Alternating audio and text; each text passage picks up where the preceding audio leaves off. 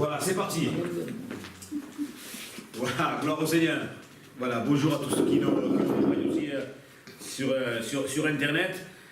Voilà, j'aimerais partager ce message que j'ai pu apporter aussi à cette église de Perpignan. Et vous savez que les messages que l'on prépare, il y a des messages qui sont spécifiques, voilà, pour une situation, pour une réunion. Et puis il y a un message où le thème il est un peu plus large. Et ce message-là, je l'ai partagé donc la semaine dernière à l'église de Perpignan. J'ai vraiment eu à cœur cette semaine de pouvoir aussi le partager avec vous parce que c'est tellement primordial et fondamental ce que nous allons voir. Je me suis dit, c'est dommage de passer juste à côté. Et le thème de la méditation, ce qu'on va voir ensemble, c'est devenir un homme et une femme de Dieu. Devenir un homme, une femme de Dieu. Ou alors on pourrait, pour mieux situer le partage, les vertus d'un homme de Dieu. Qu'est-ce que Dieu attend quand il dit, voilà, un homme de Dieu? Qu'est-ce qu'il attend? Et on va le voir ensemble. On sait que dans la Bible, dans la parole de Dieu, le terme homme de Dieu a été souvent employé.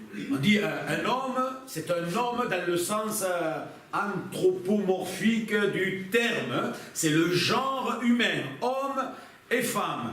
Un homme de Dieu, une femme de Dieu. Alors c'est dans nos milieux, on a l'habitude d'entendre ça, tiens voilà, un homme de Dieu. Alors nous on a tendance à croire que voilà, l'homme de Dieu c'est celui qui est pasteur, voilà, et qui a une responsabilité, mais chacun d'entre nous, le Seigneur, ce qu'il veut, sa volonté pour nous, c'est que nous devenions ces hommes et ces femmes de Dieu qui laissent une marque, qui laissent une empreinte. Alléluia. Et comme dans les bénédictions de Jacob pour tous ses fils, à un moment donné, il va donner des bénédictions. Et pour la tribu de Aser, il va lui dire « trempe ton pied dans l'huile ». On sait que l'huile, c'est le symbolisme du Saint-Esprit. Et aussi, quand on marche avec le pied trempé d'huile, on laisse des traces. Quelle belle image, hein? Quelle belle image. Alors que chacun d'entre nous, nous soyons trouvés à être des hommes et des femmes de Dieu. On devient un homme et une femme de Dieu. C'est un processus. À la conversion, on reçoit la vie de Dieu, on réalise qu'on est pécheur, on fait un demi-tour complet et total, on part dans l'autre sens, et à partir de ce moment-là, on devient un enfant de Dieu. On devient un enfant de Dieu. Mais on est appelé à devenir un homme de Dieu. Enfant de Dieu, un homme de Dieu. Alors comme chacun d'entre vous, on sait que ceux qui ont eu des enfants, il y a des périodes qui sont un peu délicates. Hein. Quand on a des enfants, il y a la période où ils sont bébés, la période où ils commencent à marcher, il faut être attentif, la période de l'adolescence, oh là là, terrible, hein, la période de l'adolescence. Mais ça existe aussi dans les églises, dans la croissance. Hein. Quand quelqu'un commence à grandir, eh bien, il y a des réactions d'adolescents. Hein. Et ça n'a rien à voir avec l'âge. C'est spirituel quand on naît de nouveau. Mais nous, on est appelés à devenir des hommes et des femmes de Dieu. Et dans Actes chapitre 13, le verset 22, il est dit ceci à propos de David. Puis, l'ayant rejeté, ici il est parlé de Saül, dans Acte 13, il fait un petit récapitulatif un peu de l'histoire du peuple de Dieu, d'Israël, mais puis l'ayant rejeté, Saül, Dieu leur suscita pour roi David, auquel il a rendu ce témoignage: j'ai trouvé David, fils d'Isaïe, homme selon mon cœur qui accomplira toutes mes volontés. Un homme selon le cœur de Dieu. Alléluia. Et ici, on voit comme une certaine fierté, hein, on va le voir un peu plus loin dans l'autre exemple, la fierté de Dieu de dire, voilà, c'est Dieu qui rend témoignage, c'est lui-même en personne et qui dit, voilà, David, c'est un homme selon mon cœur.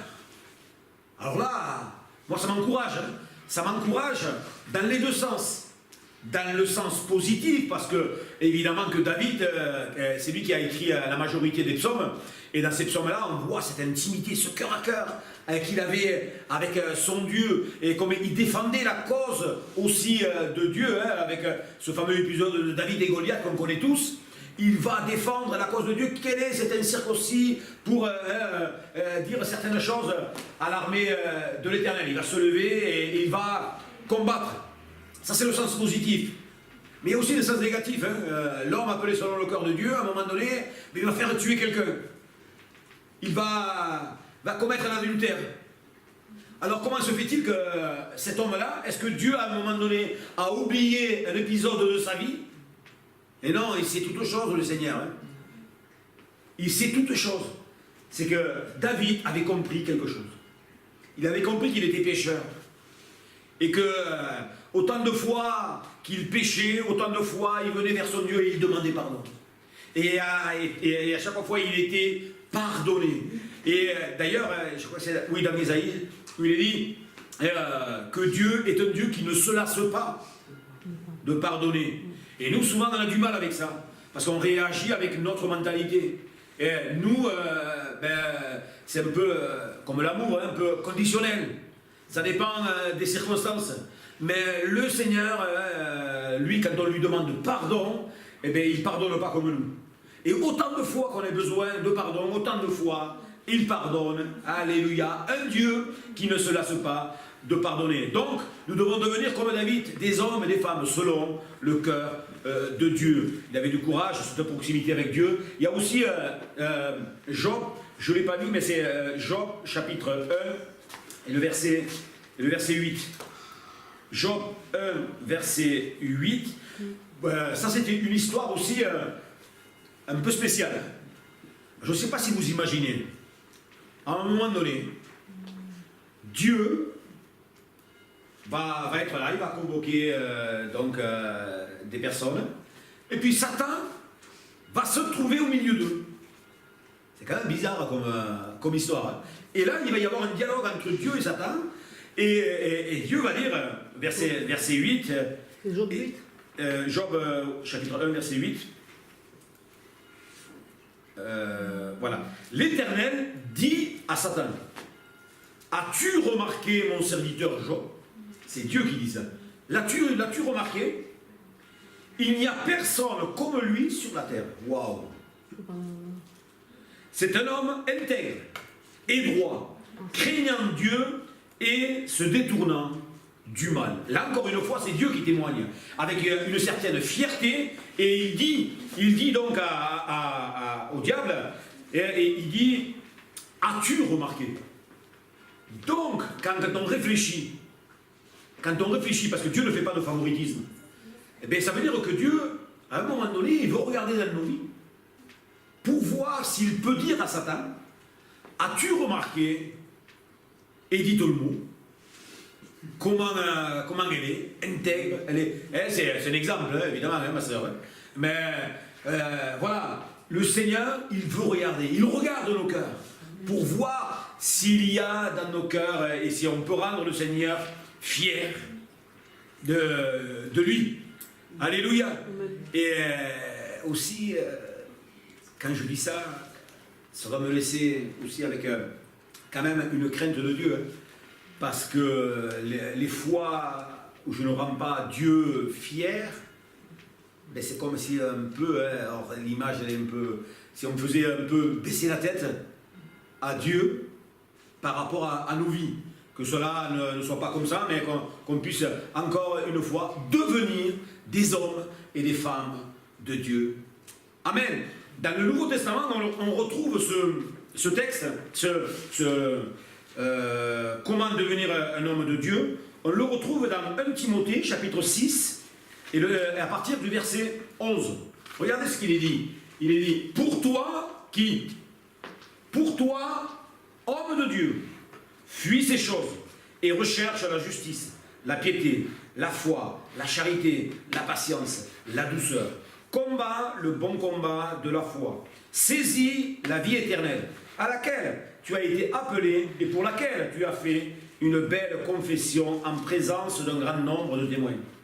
je te recommande devant Dieu qui donne la vie à toutes choses, et devant Jésus-Christ qui fit une belle confession devant Ponce Pilate, de garder le commandement et de vivre sans tâche, sans reproche, jusqu'à l'apparition de notre Seigneur Jésus-Christ, que manifestera en son temps le bienheureux et seul souverain, le roi des rois et le Seigneur des seigneurs, qui seul possède l'immortalité, qui habite une lumière inaccessible, que nul homme n'a vu ni ne peut voir, à qui appartiennent l'honneur et la puissance éternelle. Amen.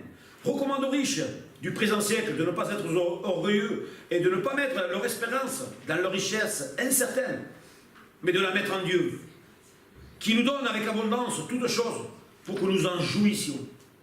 Recommande-leur de faire du bien, d'être riches en bonnes œuvres, d'avoir de la libéralité, de la générosité et de s'amasser ainsi pour l'avenir un trésor placé sur un fondement solide, afin de saisir la vie éternelle. Ô Timothée, garde le dépôt, en évitant les discours vains et profanes, et les disputes et les fausses sciences dont font profession quelques-uns, qui se sont ainsi détournés de la foi. Que la grâce soit avec vous. Amen. Alléluia. Alors ici, on est dans un contexte où l'apôtre Paul a formé Timothée. C'est lui qui l'a formé à la charge pastorale. Il va le laisser dans l'église d'Éphèse pour régler certaines choses qu'il y avait à régler dans l'église d'Éphèse. Et quand on lit l'histoire, il y avait pas mal de choses à régler. Et le jeune Timothée, il était jeune, et donc c'est comme si à un moment donné il s'était un peu laissé gagner par les soucis, par les tracas, au point qu'il y avait même eu du stress en lui, et ça lui a procuré des maux d'estomac. Il y avait même des symptômes physiques. Comment? Des symptômes physiques. Voilà, des symptômes physiques, merci. Quand on veut m'aider, dites-le fort, hein, parce que je cherche le mot.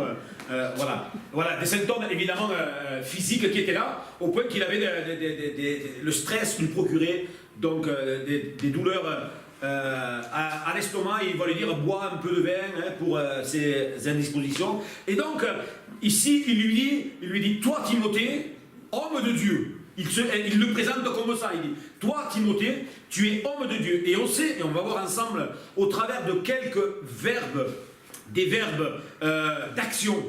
C'est des verbes qui nous mettent en action. Et on sait que la vie chrétienne, c'est pas quelque chose de passif. La vie chrétienne, c'est on passe à l'action. Et au travers de quelques versets, quelques verbes d'action, on va voir ce qu'il faut faire pour devenir un homme et une femme de Dieu. Au verset 11, il va dire pour toi, homme de Dieu, fuis ces choses. Donc premièrement, on voit que l'homme de Dieu, il doit fuir certaines choses. Il doit les fuir. Alors fuir quoi? Ça c'est la question suivante. C'est quoi? Fuir finalement quoi? Là il lui demande de fuir. Et là on doit revenir un peu en arrière au début du chapitre, du chapitre 6, 1 Timothée 6. Au début, il lui demande de fuir les fausses doctrines. Vous le lirez dans vos Bibles, ça y est. Il dit fuis les fausses doctrines. Et inutile de vous dire qu'actuellement, des fausses doctrines, il y en a à foison.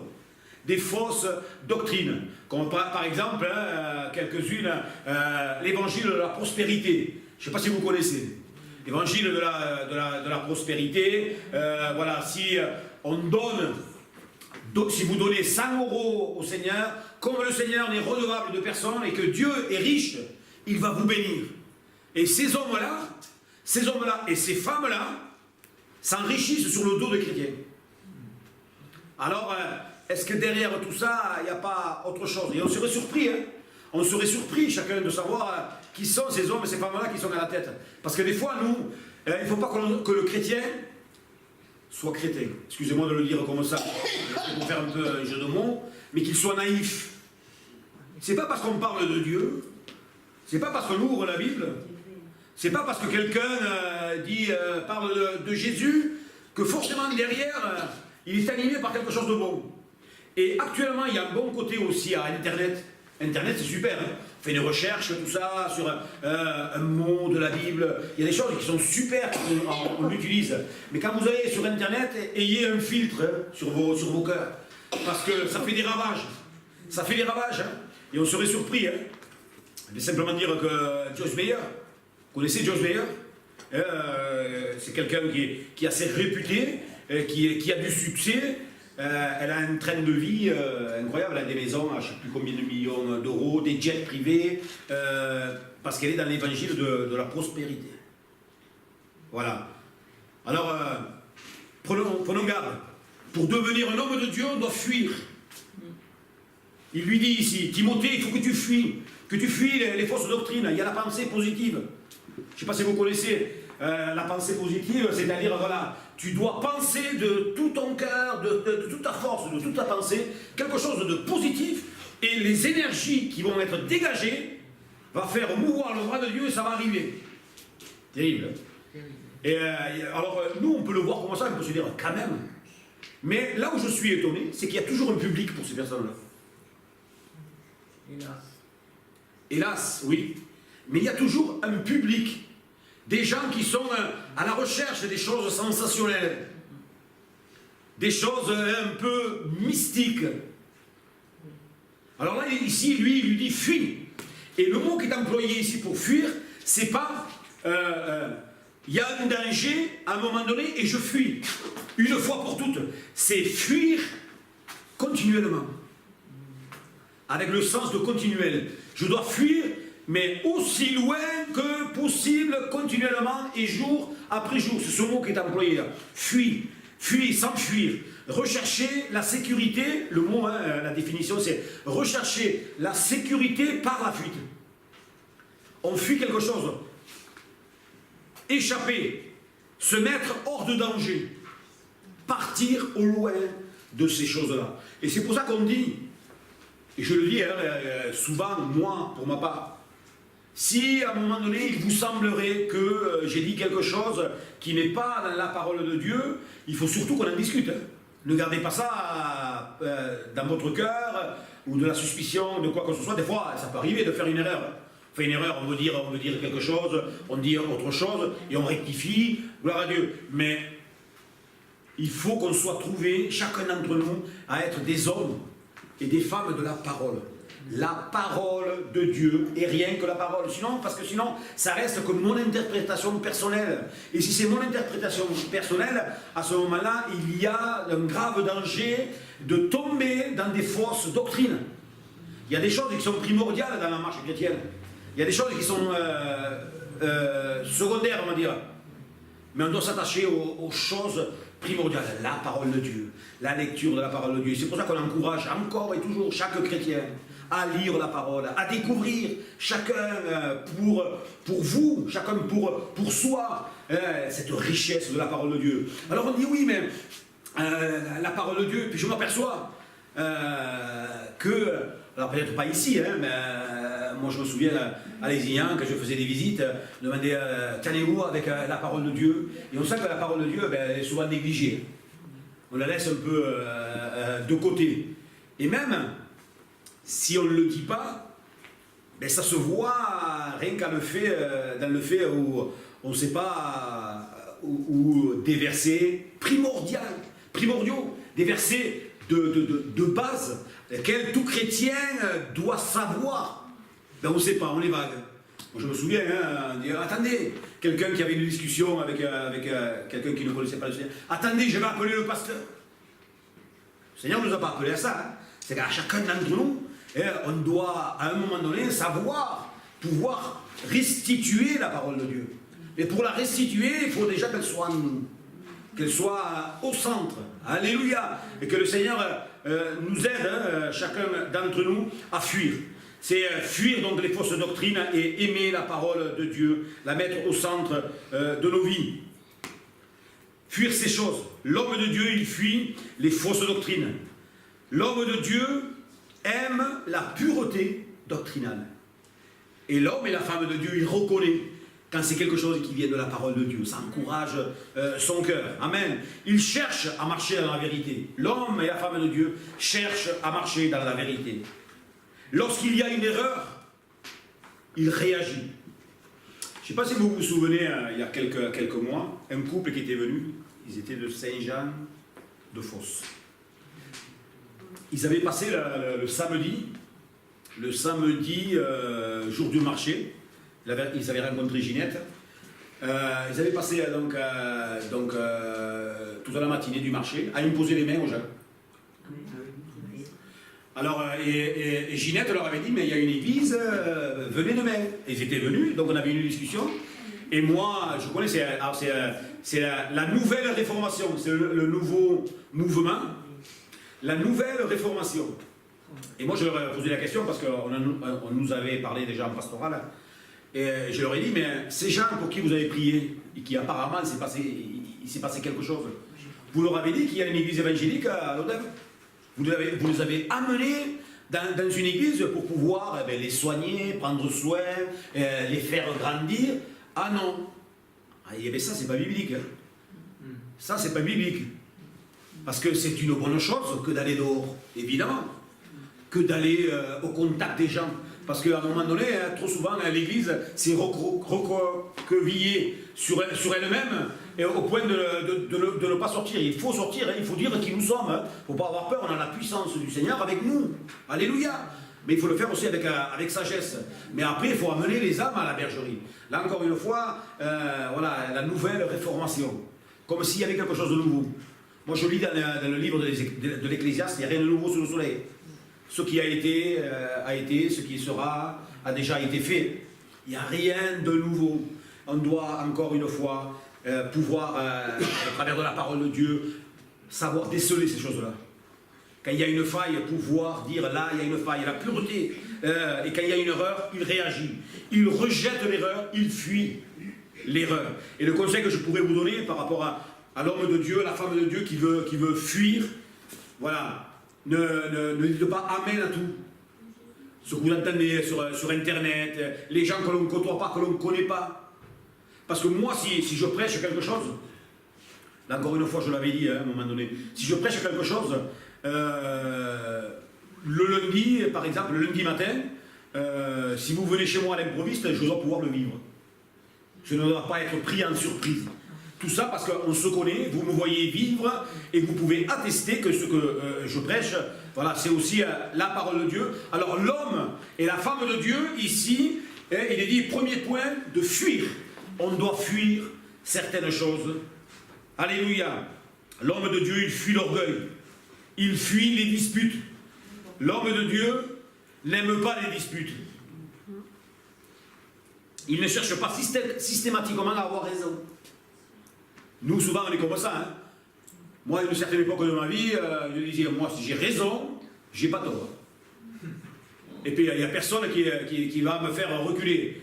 Et là, on s'aperçoit qu'avec l'expérience, des fois, quand on a une discussion et qu'on sent que ça ne va pas aboutir, laissez tomber. Soyez prêts à perdre. Mais on est prêt à perdre pour gagner. Alléluia. Parce qu'en fait, qu'est-ce qui nous fait réagir, si ce n'est la chair et l'orgueil? Et le Seigneur nous a laissé des exemples de laisser certaines choses, de fuir les disputes. Pour eux, au verset 10, il leur a dit de fuir l'amour de l'argent. Alors pas l'argent, hein, de fuir l'amour de l'argent, parce que de l'argent, évidemment qu'il en faut, hein, pour vivre correctement, il en faut. Et de fuir, voilà, l'amour de l'argent et de pratiquer la libéralité, de donner, d'être généreux. Alléluia. Est-ce que vous savez qu'on est riche? Mais voilà, sérieusement, hein, parce que même si on a des revenus modestes ici en France, par rapport à la population mondiale, on est riche. Il y a 70% de la population mondiale qui vit avec entre 1 et 2 euros par mois. Par jour. Par jour. Donc 30 euros, 60 euros par mois. Donc nous, par rapport à eux, ben on est riches. Ben oui, par rapport à 70% de la population, nous sommes riches. Attention de ne pas nous attacher à l'argent, mais d'avoir des cœurs généreux, qui donnent, pas qui dilapident. Hein, j'emploie bien les mots, qui donnent avec libéralité pour la cause de Christ. Et moi je me suis aperçu qu'en France, on a des problèmes avec ça. En général. En général, on a des problèmes avec l'argent. Et moi j'ai toujours dit que quand on se convertit, il y a le cœur qui se convertit, mais aussi le portefeuille. Ça va avec.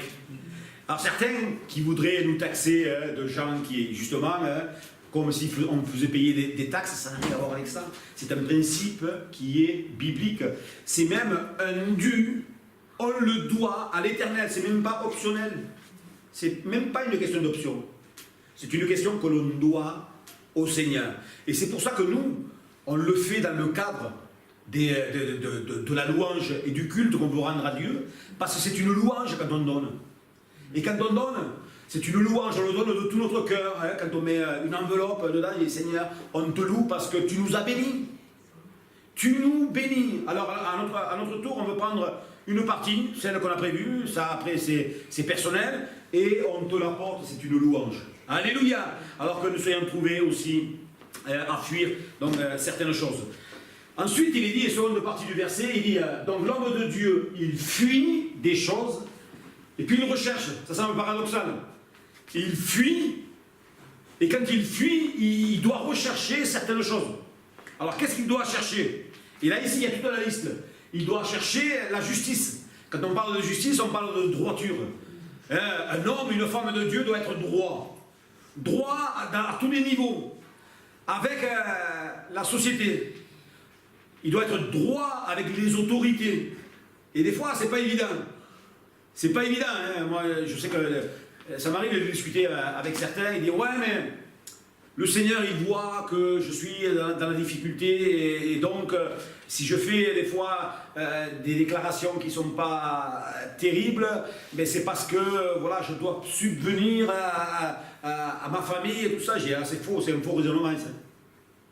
On doit être honnête, droit devant le Seigneur. Et le Seigneur, il sait toutes choses. Et vous savez que le Seigneur, il donne à manger aux moineaux. Donc, Matthieu, exactement, à plus forte raison, il prend soin de nous. Et là, on se dit, mais finalement, c'est une question de foi. On l'a expérimenté, hein. Je l'avais dit une fois, encore je l'avais dit, je pourrais passer pas mal de temps à vous expliquer comment le Seigneur nous a bénis, on a traversé des situations financières délicates, on est resté fidèle au Seigneur, on a eu de la libéralité, on a voulu honorer le Seigneur honore. Il prend soin des moineaux, donc il prend soin de chacun d'entre nous. La justice, la piété, vous savez ce que c'est que la piété? La piété, c'est vénération, attachement à Dieu. Vénération. Est-ce que vous vénérez Dieu? Le mot est fort, hein? Il est fort le mot. Hein? C'est pas un mot, voilà, vénération de Dieu. Je ne sais pas ce que vous imaginez, vous, quand vous pensez à vénération. Mais moi, vénération, c'est tout pour Dieu, toute ma vie pour le Seigneur. Vénération. Alléluia. Et attachement, dévotion. Mettez-vous pour le Seigneur. Tout simplement, pour résumer, c'est être amoureux du Seigneur. Est-ce que vous êtes amoureux du Seigneur? Amen. Alléluia, merci Seigneur. Voilà, et qu'on doit croître dans cet amour. Donc on doit rechercher aussi la foi. La foi, c'est une ferme confiance en Dieu en toutes circonstances. Il y a une belle image qui représente le genre humain. Avec l'apôtre Pierre qui va voir Jésus marcher sur l'eau. Il va dire, Seigneur, je veux venir avec toi. Un acte de foi. Et je trouve que quand même il avait de la foi. L'apôtre Pierre, souvent, on le catalogue de quelqu'un de spontané, de vif, mais là, il a été spontané dans le bon sens. Il a eu la foi. Je ne sais pas si on l'imagine, avec les flots, la mer, il fait cette demande au Seigneur, le Seigneur lui demande de venir, et il quitte la barque. Il faut pouvoir le faire, hein. Il faut pouvoir avoir une certaine foi. Il quitte la barque et il marche sur l'eau.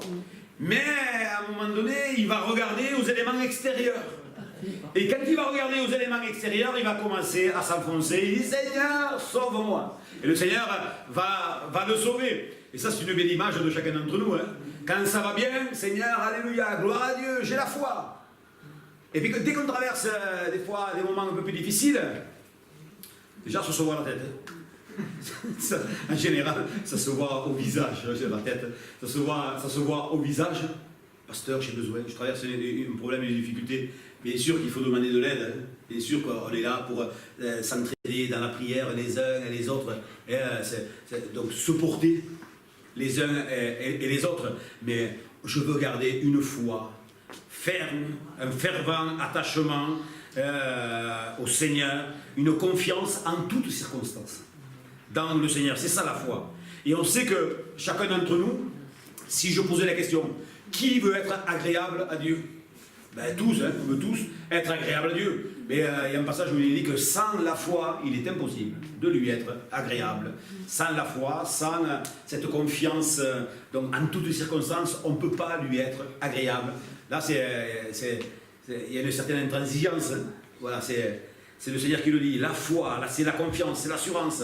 Alors, on doit rechercher aussi la charité. La charité, c'est un amour qui se donne. Je ne sais pas si vous avez remarqué au tout début, ceux qui étaient là, au tout début, marqué ce verset de Romains, chapitre 5, verset 8. Mais Dieu prouve son amour en ce que lorsque nous étions encore des pécheurs, Christ est mort pour nous. Dieu prouve son amour. Et c'est un exemple qu'il nous a laissé pour que chacun d'entre nous, nous puissions nous prouver l'amour de Christ en nous. J'ai du mal à concevoir qu'on soit rempli du Seigneur et en manque d'amour. C'est comme si c'était des choses incompatibles. C'est incompatible. C'est comme certains liquides qui se mélangent pas. Hein. C'est exactement pareil. Quand on a